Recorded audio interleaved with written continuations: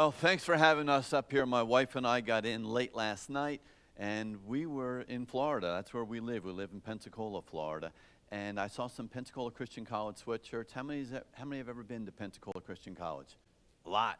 That is a great. The practice that he mentioned that we took over was actually the largest provider of abortions in the whole Florida panhandle, and it was located on the same road as Pensacola Christian College. And our original plan was to purchase the practice, which had been doing thousands of abortions over decades, and then we were going to shut down all the abortions, all the abortion referrals, because that was a lot of lives. And it was on a, but God always has a different plan for us sometimes. Sometimes we think, I'm going to do this, but then God kind of gives us a little bit more. And our assignment was very clear when I went to the practice one Sunday after church. Had been to church, and I went to the practice, and I had a key where I could actually go in and tour this practice. And I'd see the downstairs, the exam rooms, the waiting room, and everything else in my office, but I'd never been upstairs. And upstairs was where they had performed thousands and thousands of abortions of babies there on the inside. And I walked up those steps, and I couldn't help but think, how many moms had walked up those steps with a little baby on the inside, spent a half hour up there, and then came down those same steps without that baby on the inside. And that's when we did a presentation at my church. We did a presentation at other churches, and that's where the ministry pro-life doc was really grown. And so what we do is Leslie and I travel the country. We have been to, I still have a full-time practice. I still deliver about 25 babies a month, still do a lot of fun surgery, still see hundreds of patients, but we're real passionate about teaching.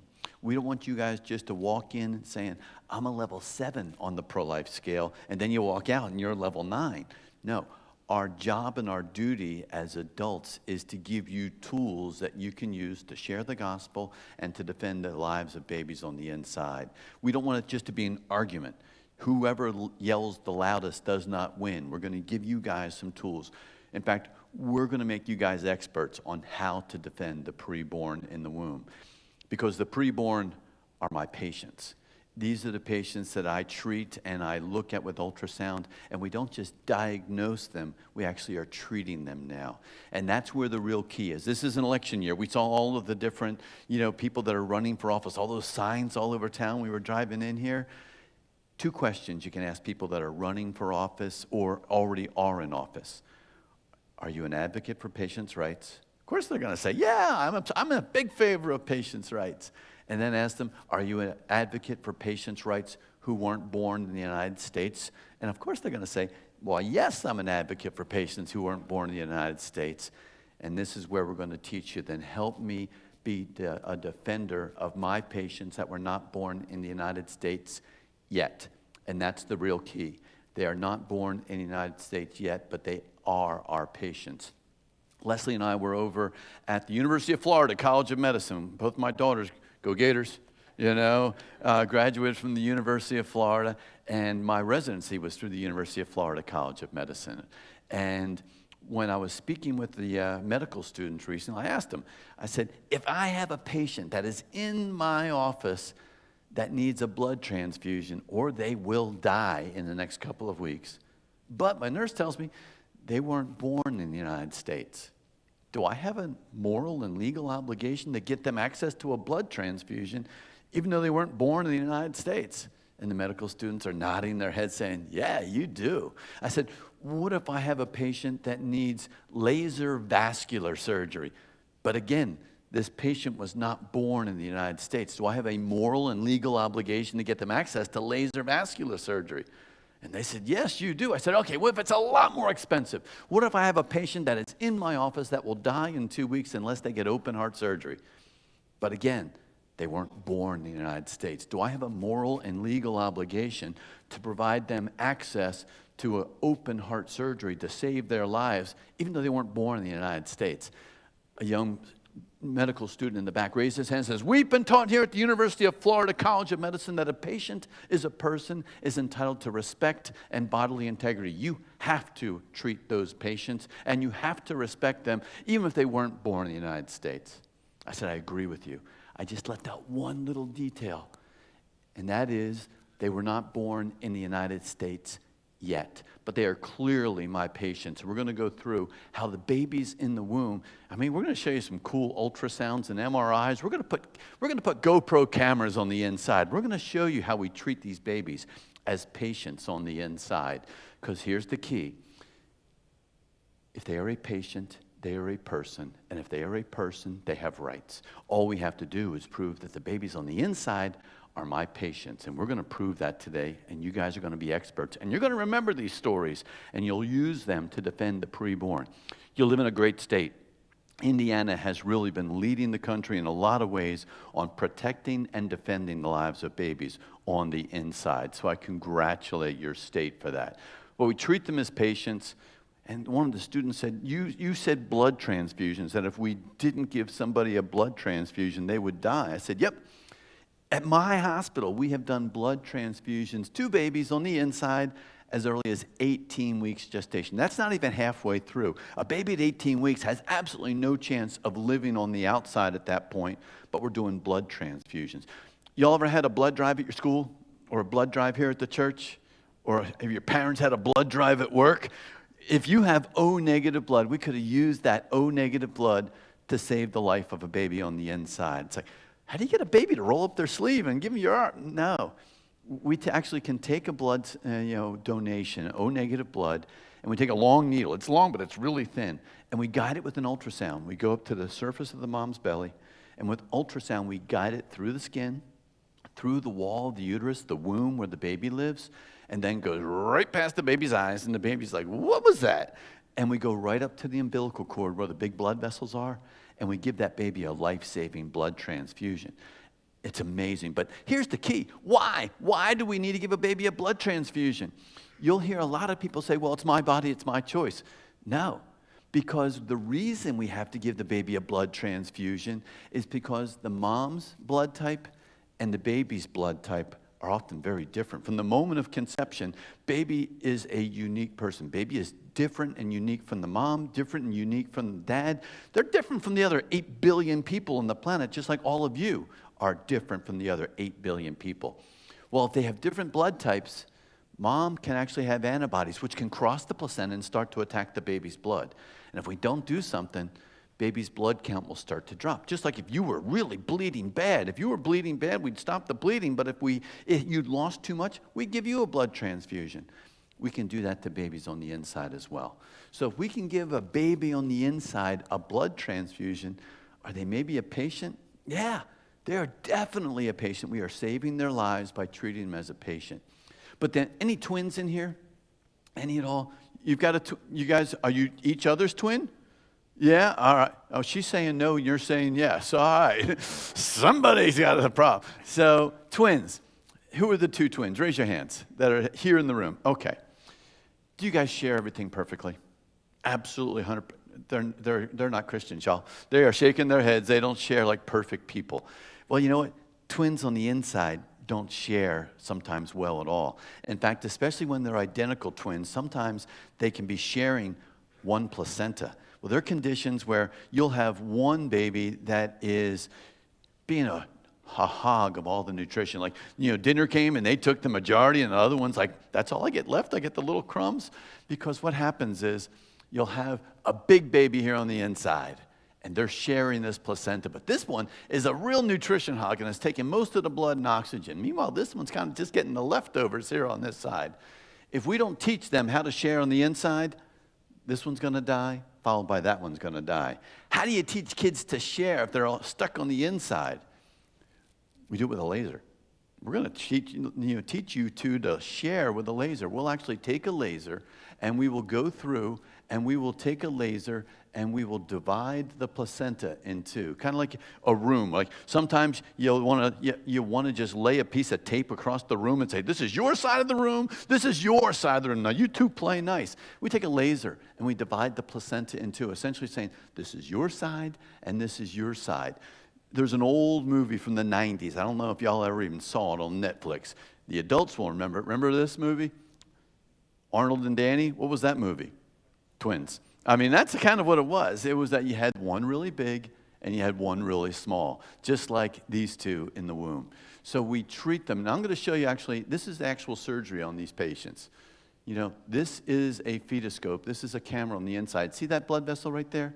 It's taking too much blood over to the other baby. So what do? We just cauterize it. That was a laser. It just buzzed that. So we've hired Luke Skywalker with his lightsaber to go there on the inside and divide that placenta in two. We send our patients that need this, we send them to Texas Children's Hospital in Houston, Texas. We just had a patient that came back from them and we did a C-section. They were going to die. They were both going to die. Yet we did laser surgery on the inside.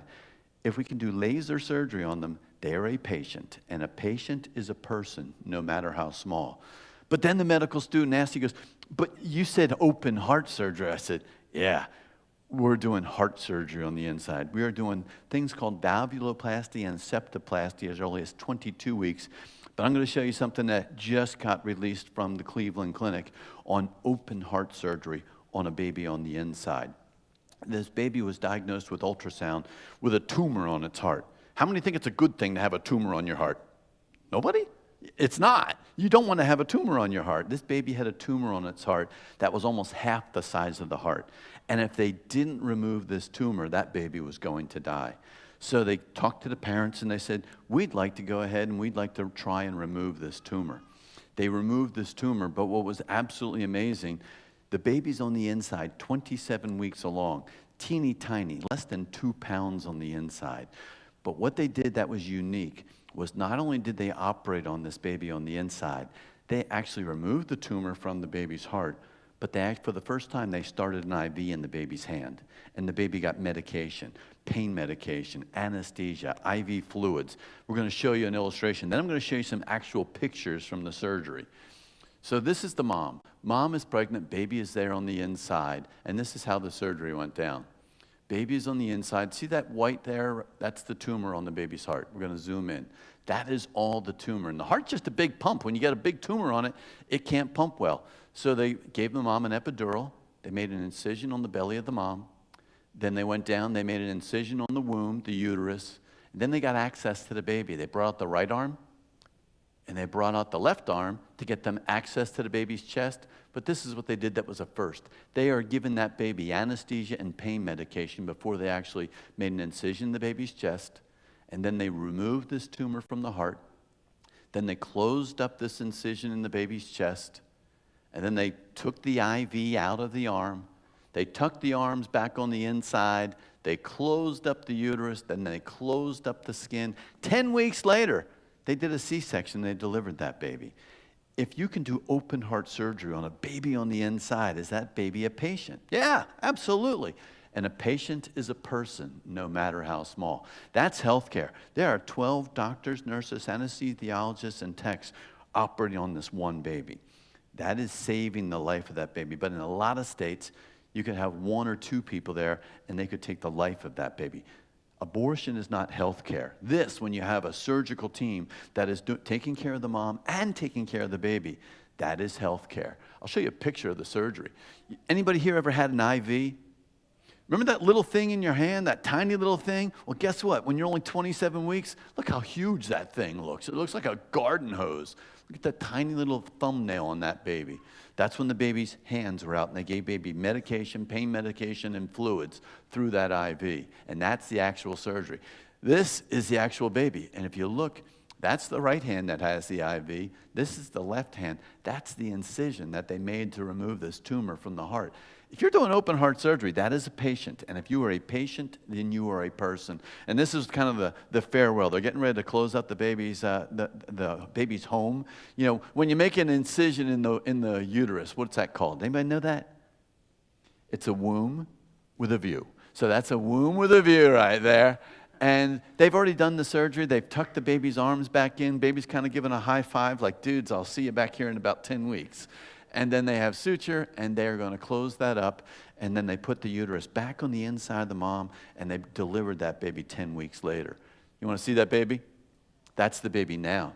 And if you look, remember that big incision? Because the baby was still growing and developing on the inside, and things were still developing, you can hardly even see the scar. They're actually doing an ultrasound on that baby's heart. Baby's heart is fine. That baby is doing very well. In fact, that baby turned 1 year, 1 month today. The baby is 13 months old today, and that's baby Rylan. So Is that healthcare when we can treat a baby on the inside and do open heart surgery on a baby on the inside? Yeah, that's amazing healthcare. And here's the key. A patient is a person, no matter how small. And clearly, this was a patient there on the inside. If this guy shows up in our emergency room, are we going to treat him as a patient? Sure, he got in a car accident or something and he needs help. Are we going to treat him as a patient? Yeah. What about this kid? If this kid shows up in our emergency room, some of you guys are probably about the age of this kid. If he shows up in our emergency room, is he a patient? Absolutely. Well, how about this baby? Is that a patient? Yeah. This baby on the inside was also only about 26 weeks along, but that baby was a patient on the inside. He was having spine surgery. But you know what's amazing? This kid's name, right there, his name is Samuel Armas. This kid, Samuel Armas. This baby on the inside, Samuel Armas. This is the same person. He's a patient there, he's a patient there, and he was a patient there. And if he was a patient, he is a person. If he is a person, then he deserves protection. We're not going to show this in church, but I know you guys would understand this. We're going to put a camera inside of the womb, and you're going to see how we treat the babies as patients on the inside. Have anybody ever seen a picture of like either a brother or sister or some relative with an ultrasound? I mean, they bring the pictures home, and it's like, hey, this is my brother, you know? Yeah, ultrasound is cool. But we're going to put a camera actually on the inside. This is the mother's uterus. And all of you grew up. This was your first room. This is where you all grew up, was right there on the inside. And they put a camera on the inside, and they turned the light on so it's nice and bright. Otherwise, it's dark. Look at that baby on the inside. They're going to do surgery on that baby. Remember we were just talking about that laser vascular surgery? See all those blood vessels? That's the placenta. That's what they would do surgery on. But they're going to actually do spina bifida corrective surgery on this baby. And it's like, well, wait a second. I thought there was like fluid. Where's all the water that's supposed to be around? Ladies, how many of you used a blow dryer this morning or a curling iron? Anybody? Okay. How many of you saved time by doing it in the shower? Anybody use your blow dryer in the shower? It's multitasking, right? Come on. Why didn't you use a blow dryer in the shower? Because you're going to get shocked. So that is not good. So why is there no fluid around this baby? Because we use electric cautery. We actually use cautery to operate on these babies. So we take all the fluid out and replace it with air. And then when we're done, we put the fluid back in. So what you're seeing right there is that baby just moving. Is that a blob of tissue? No. That's not a blob. That's a baby there on the inside. And that's why your state has made great strides in defending patients just like this on the inside, and that's why it is the right thing to do. But look at this surgery.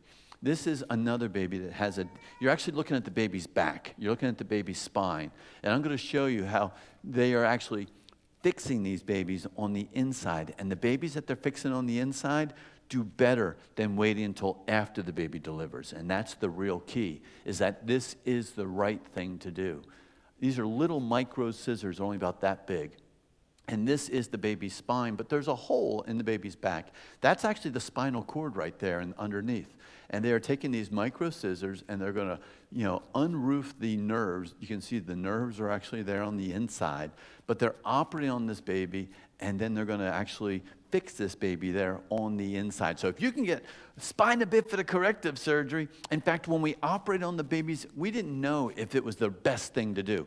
Now we've been doing this for over 10 years. When we operate on these babies on the inside, and then we follow them for 10 years and we compare them to kids who got operated after they delivered, when we take the initiative and we treat them as a patient on the inside and fix this defect, 10 years later, they can go upstairs faster, they can go downstairs faster, they have better control of their bladders and bowels. They're healthier people. We've improved their quality of life for the rest of their lives by taking the initiative to treat them as a patient while they're on the inside. This is another great story. Twins again. Twins get all the excitement, but there's something called delayed interval delivery. And what happens, we had one of these happen in Pensacola recently. Mom was visiting from out of town. Anybody ever heard of a guy named Toby Mac? Yeah, I love his music. She came down to Pensacola for a Toby Mac concert. She's 25 weeks pregnant with identical twin boys. Identical twins that it was one egg and one cell from the dad that came together, and they started dividing. And before day 13, they divided into two identical copies. So you've got identical twin here, identical twin here, inside of mom at 25 weeks, and she's here visiting and going to the Toby Mac concert. And she's down there at the front, and she's kind of dancing to the music and just jumping up and down. And then all of a sudden, she breaks her bag of water. EMS brings her to our hospital. They bring her by ambulance, and before we can do anything, she delivers that first baby. All of a sudden, baby A is delivered and goes to our NICU, our Center for all the high-risk preterm babies. Doctors, nurses, we just spent $70 million on our children's hospital for this. But we're ready for it. So they take that baby over there. The second baby, twin B, still on the inside and doing well. In fact, when you compare the NICU with all the doctors and nurses compared to the one that God designed, this one does a better job. So we talked to the mom. It's like, we'd like to give you some antibiotics. We'd like to give you some steroids. The steroids will mature and protect the baby's brain. They're going to develop the baby's lungs, protect the bowel. We'd like to keep the second baby on the inside for as long as this is a good place for the baby. We don't just get hours. We don't just get days. There was a case in Tennessee last year. They got 6 weeks. Baby A delivered, and then 6 weeks went by before baby B delivered. You guys are probably in the same school, same year in class, right? Because you're twins. Guess what? These two would be in different school years. You'd have one be in first grade and one be in second grade, and they look at the one who's like a year behind and go, you're not real smart, huh? No, we're twins, but I was born 6 weeks later. How were you twins and born 6 weeks later? The key, though, the medicine is really cool. But if this mom lived in my home state of New Jersey or Virginia or New York or California, she could have one twin that will be over here in the neonatal intensive care unit. And this baby has rights because it's on the outside. And we protect this baby because it is a patient. But guess what? It's identical twin over inside of mom. If mom were to choose and say, didn't want to. We were told we had twins, but we didn't want to have two babies. We just wanted one.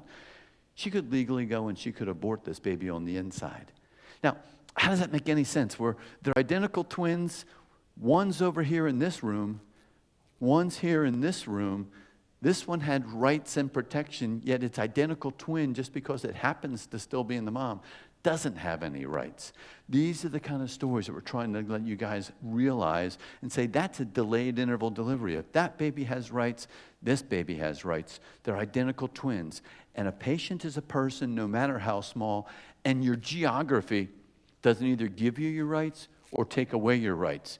Your size. When it comes to our rights, like the right to vote, you look through the Bill of Rights. If you were a larger person and you weigh 250 pounds, do you have twice the rights of a girl who weighs 125 pounds? No. Your size doesn't give you more rights or take away your rights. But that's called a delayed interval delivery.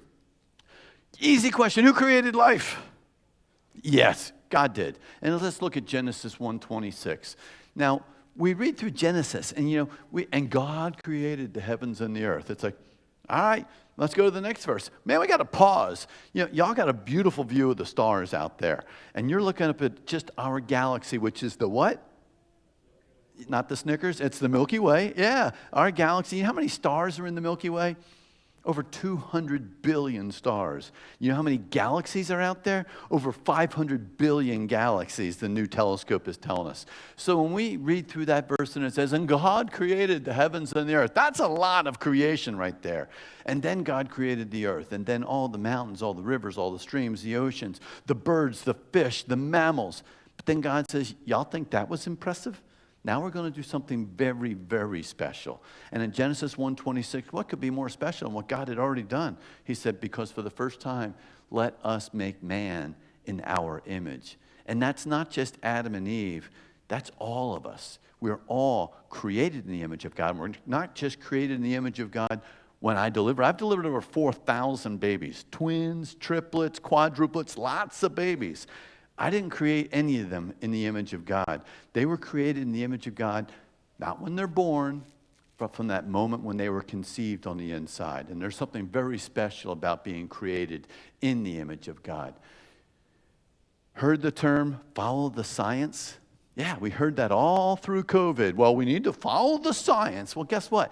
God is the creator of science, so true science will always say what God agrees with, and true science will always defend the preborn in the womb because we're all created in the image of God. Well, let's talk science as far as when were we created in the image of God.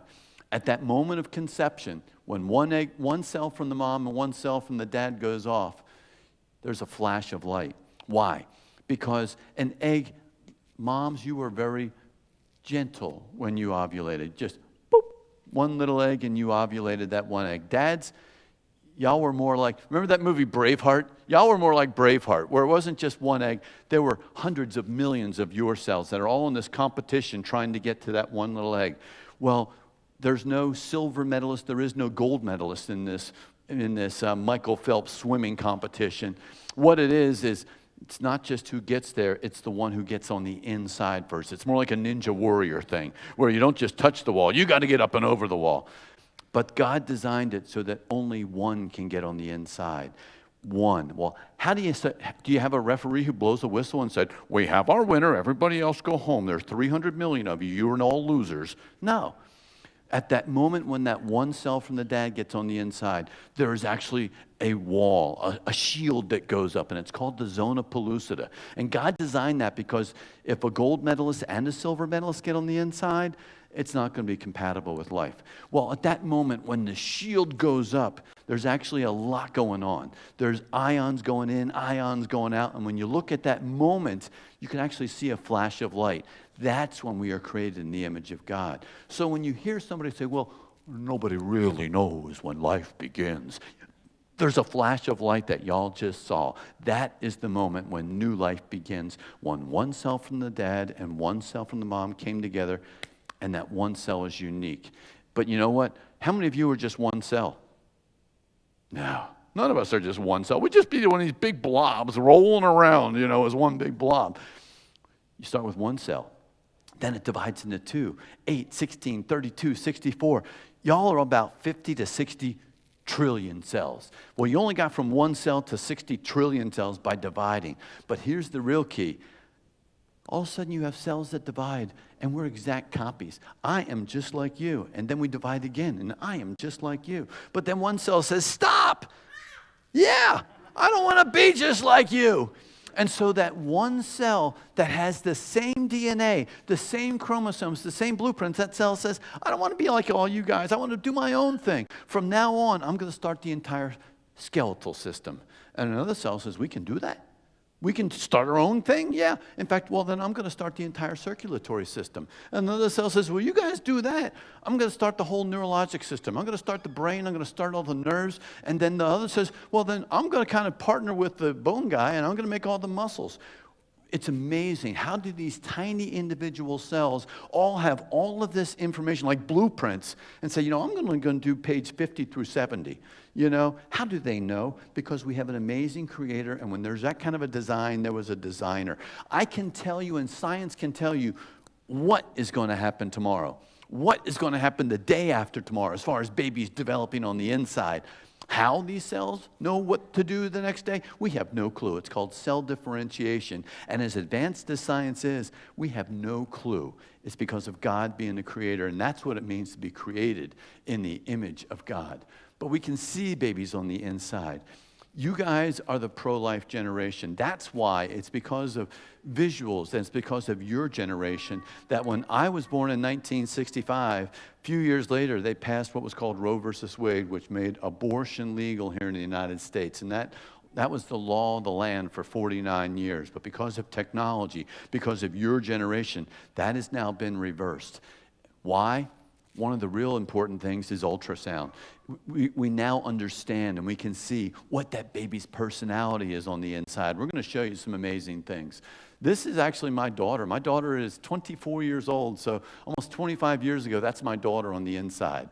She's only 12 weeks along. She's only about 2 inches from the top of her head down to her bottom. You can see her heart beating right there.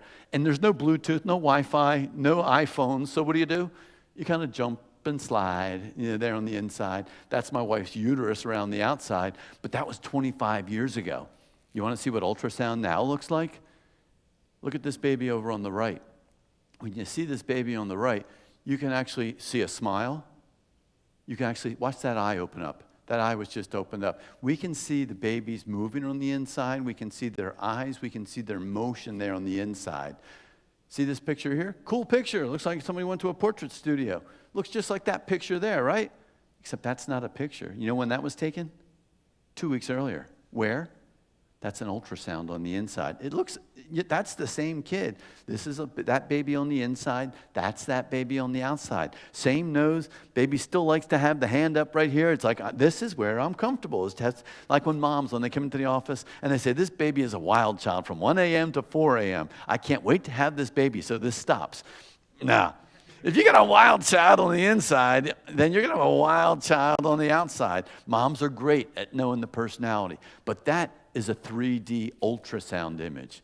But then we have MRIs now too, and we use MRIs to look at structure. MRIs are great for looking at structure, and MRIs have no radiation. Kind of like ultrasound. Ultrasound has no radiation. It's perfectly safe. MRIs are also safe. I'm going to show you a video of a baby moving around on the inside. And the story that I hear is that when they were doing this MRI, there was a baseball game going on, and they were just starting to play the national anthem. And unlike some athletes, this baby says, I will not sit, I will not kneel. What do you do when the national anthem plays? You stand up. So I want you to watch this baby there on the inside. All of a sudden, oh, say, can you see? And you see this baby saying, oh, that's the national anthem. I'm going to stand up. If I can just get my feet here, if I can push up on mama's sacrum here, and if I just lift and stretch and push, I can get my little butt up here. And now with my knees, I'm going to push harder, and bam! That's not a blob of tissue. This is a baby on the inside. In a lot of states around the country, that little baby that we're all cheering for to stand up on the inside, if mom were to choose, she could legally have that baby's life taken and could kill that baby on the inside. That could easily be one of my patients. And a patient is a person, no matter how small. You'll see these signs, you'll hear these chants, it's my body, it's my choice, it's my body, it's my choice. And a woman's body is amazing. And a woman's body provides for everything that the baby needs while it's on the inside. No different from somebody provides and meets the needs of a baby on the outside. Baby, it's not like the baby is born and all of a sudden it's like, I'm time to go to school, go to work, and I need to get in the car and go. No, babies still are dependent on us, whether they are on the inside or on the outside. From that moment of conception, that baby, half the time, that baby's a little boy. So how can somebody say when they're pregnant, this is my body, it's my choice, I can do whatever I want to? Well, how can this baby boy be part of your body? You've got 60 trillion cells that are all XX chromosome, and even at 10 weeks, with a tiny little baby only this big, there are a billion cells that are all XY chromosome, but that's a baby boy. How can that be part of her body? It can't. Every single cell in that baby is a boy. Every single cell in that mom is a girl. So it's not my body, my choice. Anybody ever been to a gender reveal party? Yeah, they're fun. Anybody ever been to a baby shower?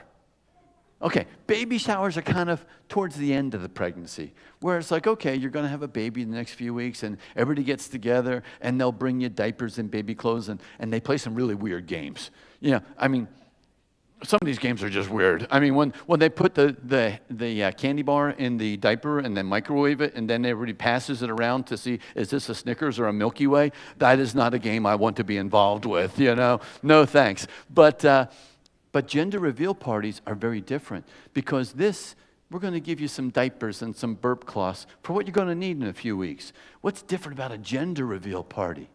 Are we celebrating what's going to happen? No. Gender reveal parties, we are celebrating what happened now. It is not that the baby is going to be a boy or the baby is going to be a girl. It means right now, even from the moment of conception, this baby is a boy or this baby is a girl. And you used to just have to wait till an ultrasound. And we didn't know if it was a boy or a girl until about 22 weeks along. In fact, there were times not too many years ago where you didn't know if it was a boy or a girl until you had the baby. And the doctor would look at it and go, it's a boy or it's a girl. There was times not too many years ago where people that I trained with didn't even know if it was one baby or two. They'd be there with the mom, and the mom would be delivering the first baby, and they go, well, congratulations, it's a boy. And then they go, we're not done yet. And there'll be a second baby, and they didn't even know because they didn't have ultrasound back then. It's like, we got a surprise, you know. It's like there's a head coming out, you know. It's not a placenta. It's another baby there on the inside. But now, used to be we did the gender reveal parties here at 20 or 22 weeks. You know, we can now do the gender reveal parties after a simple blood test from the mom. 7 weeks after conception, we can do a simple blood test on the mom. And I can tell you with more than 99% accuracy if that is a boy or that is a girl then. How do we do that? Here's the baby. Maybe it's a boy, maybe it's a girl. I can't tell from this picture. Can anybody tell from that picture? I can't tell. But guess what? The baby is connected to the mother, and little fragments of DNA can go from the baby over into the mom's blood. And these little fragments are circulating throughout her blood, going through her body. So we do a blood test. We do a blood test, and we just get a little sample of this blood from the mom. And then, well, the problem is we've got a lot of these little fragments of DNA which came from the mom. And then we've got a little bit of fragments of DNA which came from the baby. Like the baby's fragments are about 5%. The mom's fragments are about 95%. It's kind of like if there's a sugar bowl and it's filled with sugar, that's kind of the mom's DNA, all that sugar. If I put a pinch of salt in that sugar bowl and say, Pastor, could you do me a favor and get all that salt out of that sugar bowl? Is he going to be able to do that? No. We can do that with science. We can take those 5% of the fragments of DNA from the baby and put them over here, that 95% of those fragments from the mom, and put them over here and just study these fragments. And with more than 99% accuracy, I can tell you if that is a boy or that is a girl. So with gender reveal parties, that's one of the fastest growing types of parties here in the United States because everybody wants to celebrate. We're celebrating what has already happened. It is a boy or it is a girl. But guess what? 2 hours after a mom either delivers the baby or 2 hours after a mom has an abortion and you do that same test, you can't test the baby's DNA because this baby is no longer there. This person has either been delivered or has died. And those little fragments of the baby's DNA are no longer there just 2 hours after the delivery or an abortion. So you hear this word a lot. Well, I'm pro-choice. Choice is a big thing.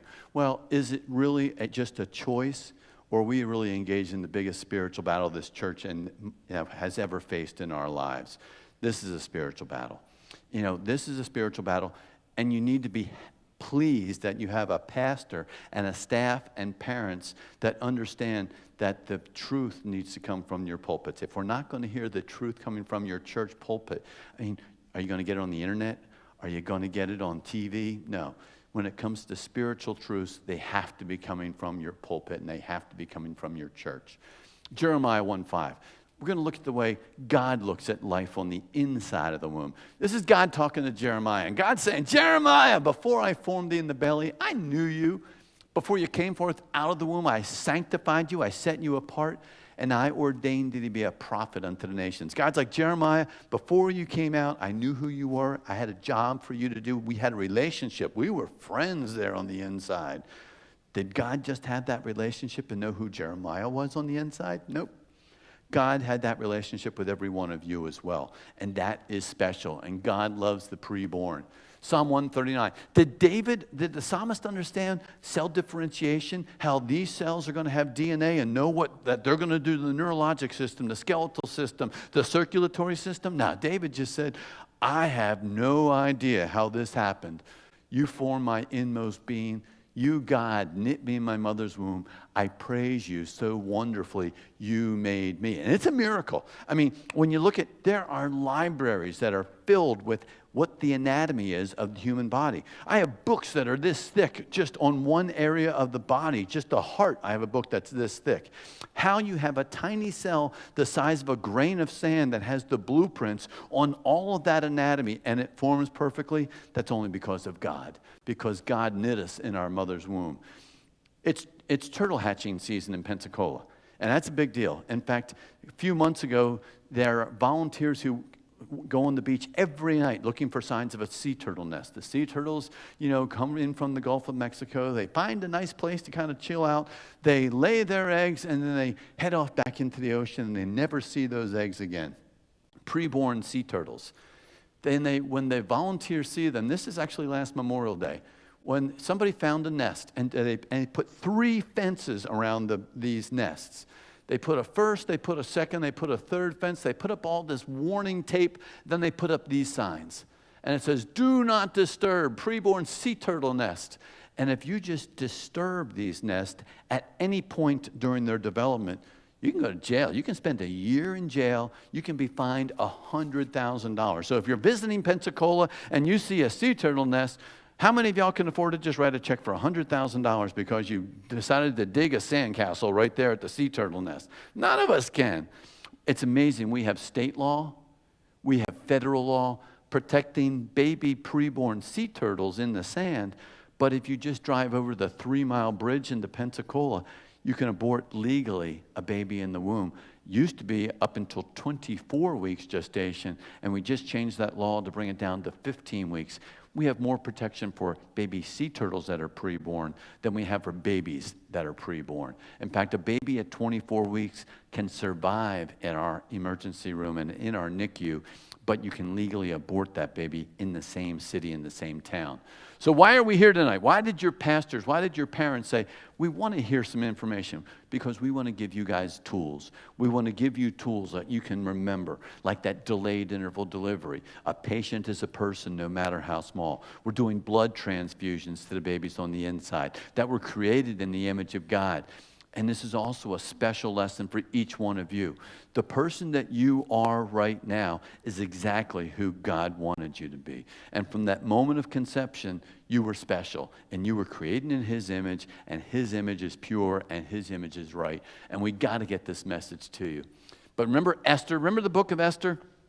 Esther's up there, and she's like, why am I here? The children, there's a plan, the plot to kill all the Jews that were there. And then Esther's in a position of leadership. She's the queen, and her uncle says, Esther, you're trying to figure out why you're here, but that you have come to your royal position for such a time as this. This is why God wanted you to be here. You guys are the generation that is already saving the lives of the preborn in the womb. And guess what? Every one of all of us, the kids and the adults, were at one time right there in our mother's womb as well, and we survived that. You guys are the one who are going to use the technology. You guys know how to use Instagram like you were just showing. You know how to I'm just learning how to use TikTok. I put up a TikTok video just a few weeks ago on My Body, My Choice. I don't know how to use TikTok. You know, it's had over 120,000 views just on discussing My Body, My Choice. We've had videos we put up on YouTube that have had over 4 million views in 10 days using the science and the technology. It's your generation that is really going to save the lives of the preborn, created in the image of God from the moment of conception. There we are. You know, you go into the mall, it says you are here. Well, this is the Milky Way. We talked about that a little earlier. And that's where our sun would be.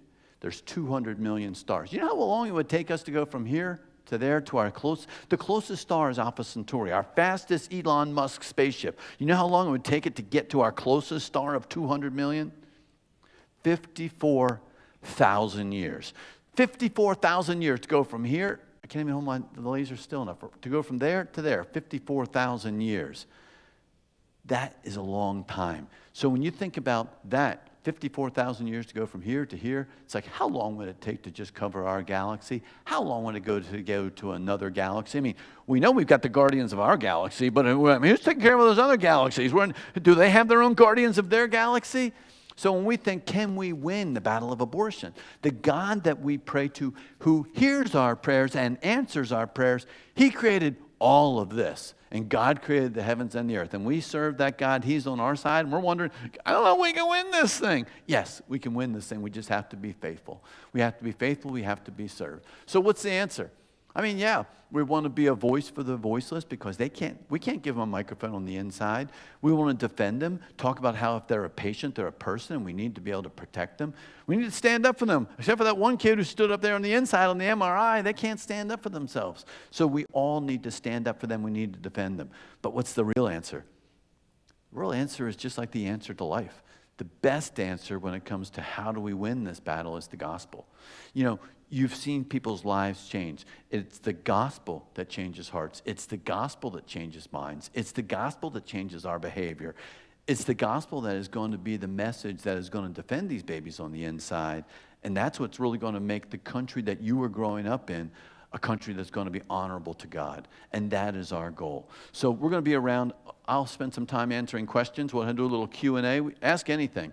How many of y'all come to this church?